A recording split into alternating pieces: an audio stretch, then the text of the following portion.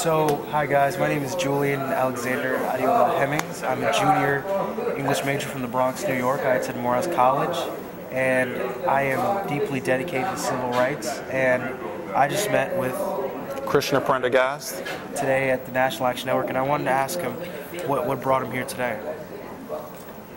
Yes, I was brought here today. I am also an activist. I'm also a humanitarian, and I'm also a 14-year experienced medical professional dialysis technician. And I was off today, and I just came to fellowship with everyone else and just advocate and listen, and also be of support to the NAN House of Justice. What's your personal story? My personal story is I'm a father who I am going through a fight right now with through judicial system and also the child protective system. I've been arrested, I've been TPO'd, I have been through ups and downs, constant battles with a situation where I have all my evidence and pretty much everything classifies as neglect and abuse on the other person's half, but they've only taken one person's side of the story. And with just looking at all the other cases and all the injustices and the biases against men, especially black men, in this supposedly supposed to be a free country, I come to see now, and this is my personal story and my personal experience of going through it. Like I said, I've been in the medical field for over 14 years now, dialysis technician. I'm also a humanitarian. I'm also a part of a socially conscious music group. I've done a lot of things for the community on my behalf, and just children as well. I waited until I was 29 and I had my first child, and setting up certain things and looking forward to going forward, but things just weren't really cohesing, so I had to take measures into my own hands, and thinking about the child first, I went through the motions and I went through the courts and followed the proper procedures, as I should say, and here I am now. My child has been taken from me by the other person, alienated, isolated, and how long has it been since you've seen your child? It's been Father's Day about 6 months. About 6 months, and he's 3 years old. He's 3 years old, and I've been there before he came into the world.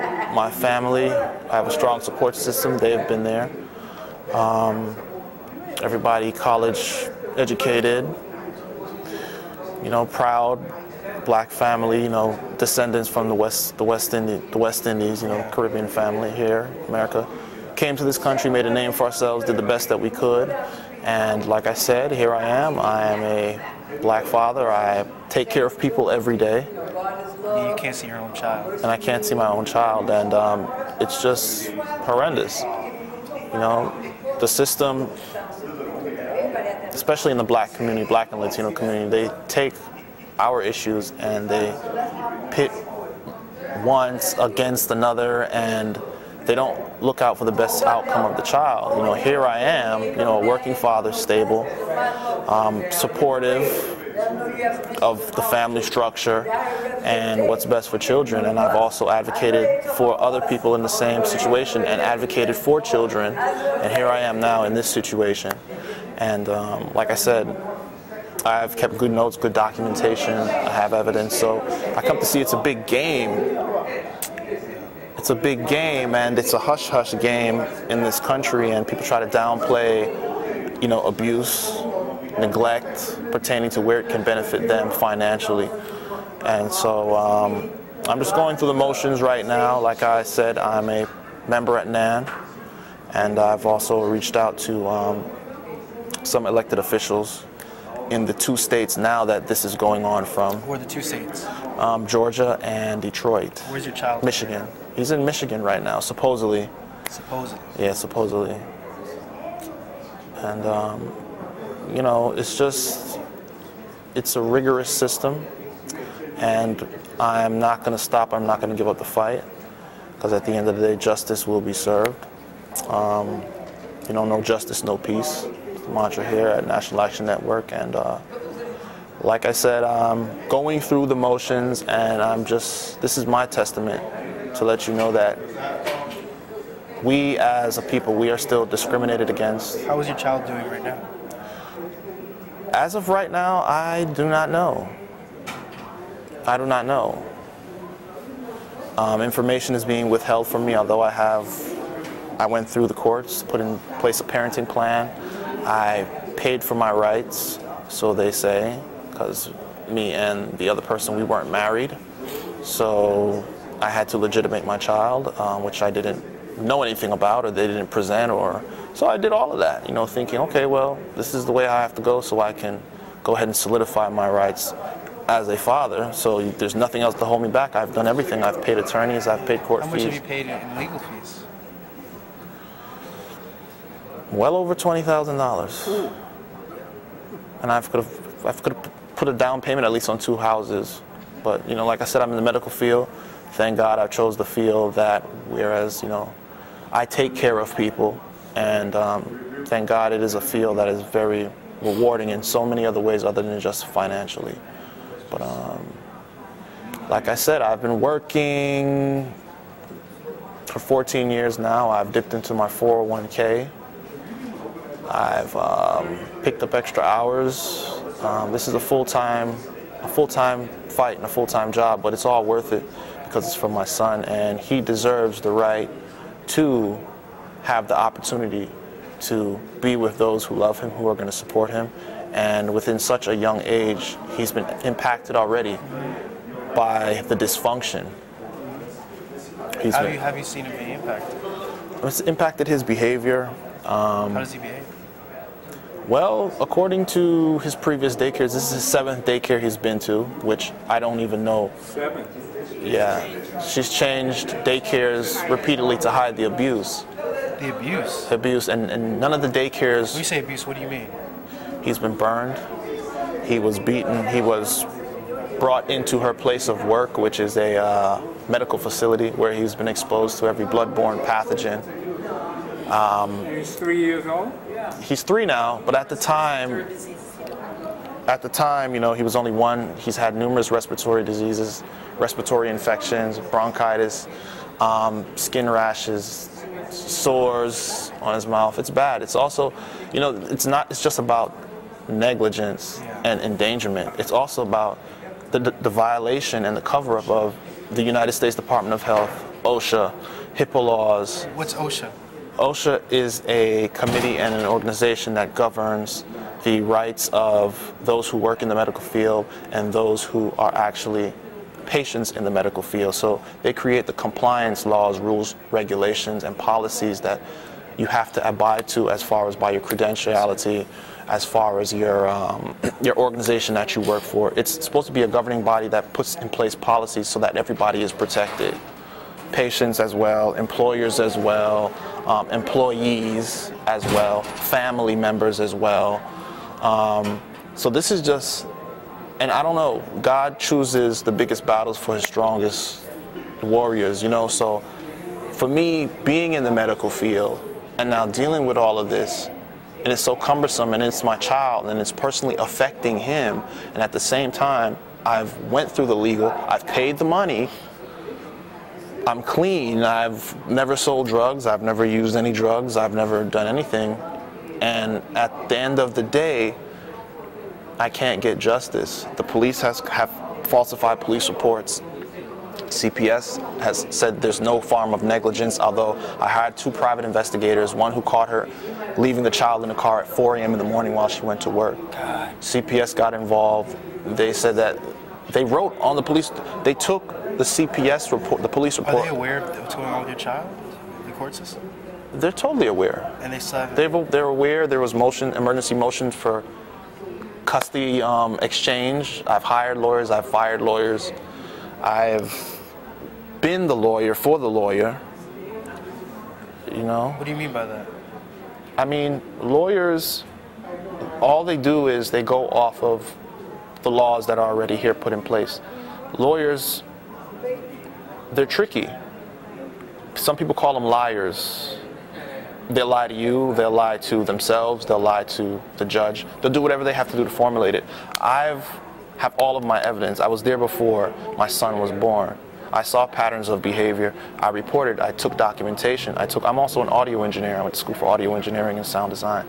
I have evidence of recordings, I have evidence of pictures, I have evidence of video. I now have evidence from private investigators who I hired independently who I had to spend my money on. So this is a really big case, and it's a really big problem, and there's different breaches and violations so broad that this might be actually one of the biggest cases in United States history. And I'm just calm and collective about it because I still have to maintain, and I still have to contain, and I still have to be strong for my son and know that there's hope. But I know once this story gets out, a lot of things are going to change. A lot of policies are going to change. A lot of procedures are going to change. There's going to be a lot of things with daycares, stricter rules for mandated reporters who don't report. I found out that my son was being abused through daycare by calling to inquire about something, another scratch on his arm that had happened, and my ex told me it happened at daycare. So I called to inquire about the happenings that was told to me that happened at daycare, which they then relinquished the past pattern of abuse, which I recorded as well as any good detective would do. I recorded it, transcribed it, so nothing was reported. So how come ACS didn't move in? Nothing was reported, and nothing was reported. And these are third-party reporters mandated by the state. We reported. I brought him to DFACS. I did everything. And you know, I have to stay calm because I come to see the fight and what I'm really up against. It's something bigger than me, it's something bigger than you, you know, but through faith and through God, you know, the wicked can't hide. And at the end of the day, they will be exposed. Caseworkers, social workers, I've taken him to specialists. So I've kept a good record, good running record. So it's just getting the story out now to whereas the medical field is involved, governing bodies are involved, because it's so cross-intersectional. You can't run. And then the person is a so-called nursing student. How are you studying to take care of people? And Baby's mom is a nursing student. she's a nursing student. Nursing student. She's almost a nurse. She's a dialysis technician as well, certified by the state, credentials. So she doesn't even understand, much less know, how much trouble she's in, or how many other people's careers she has put on the line. Because the whole thing of this situation is, she still has my child because she's a woman. So let it ride out and let it play out.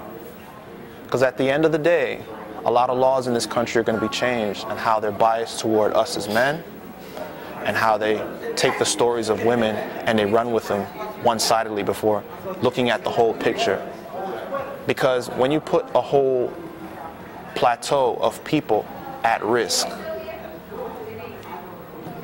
patients, nurses, doctors, social workers, who are really supposed to be there for the benefit of the child, pediatricians, all of these people are mandated reporters who, as I said, I had to be the lawyer. So I had to request medical documents. I had to request this, request that. Although I'm in charge of health and education appointed by the court, which I paid for because we weren't married. So I look at a lot of stories now and I say, wow, this is funny. I see why a lot of men walk away or just disappear. Financially, it's a burden. It's taxing. Financially. Stress. Being manipulated by the system. Being thrown in prison based off of what somebody else has said because they're biased toward the way how they look at men. Furthermore, black men. Plus, I'm a black man with dreads. So I fought through all of that. And I'm still here now. Thank God, by the grace of God, I'm still working. I'm still a dialysis technician. I'm still in the medical field. I have a great repertoire with all of the companies I've worked for. That's why I said, you know, God chooses his strongest soldiers for his biggest battles, because at the end of the day, every company I've worked for, I've been a shining star, outstanding employee, school record, everything clean. And now there's this one situation that I get into in my life, and it's like, at the end of the day, the main thing is because she's a woman. So if that's the card that they're going to play, my child now suffers from what they so-called say is autism, which nothing was wrong with him prior when he was with me.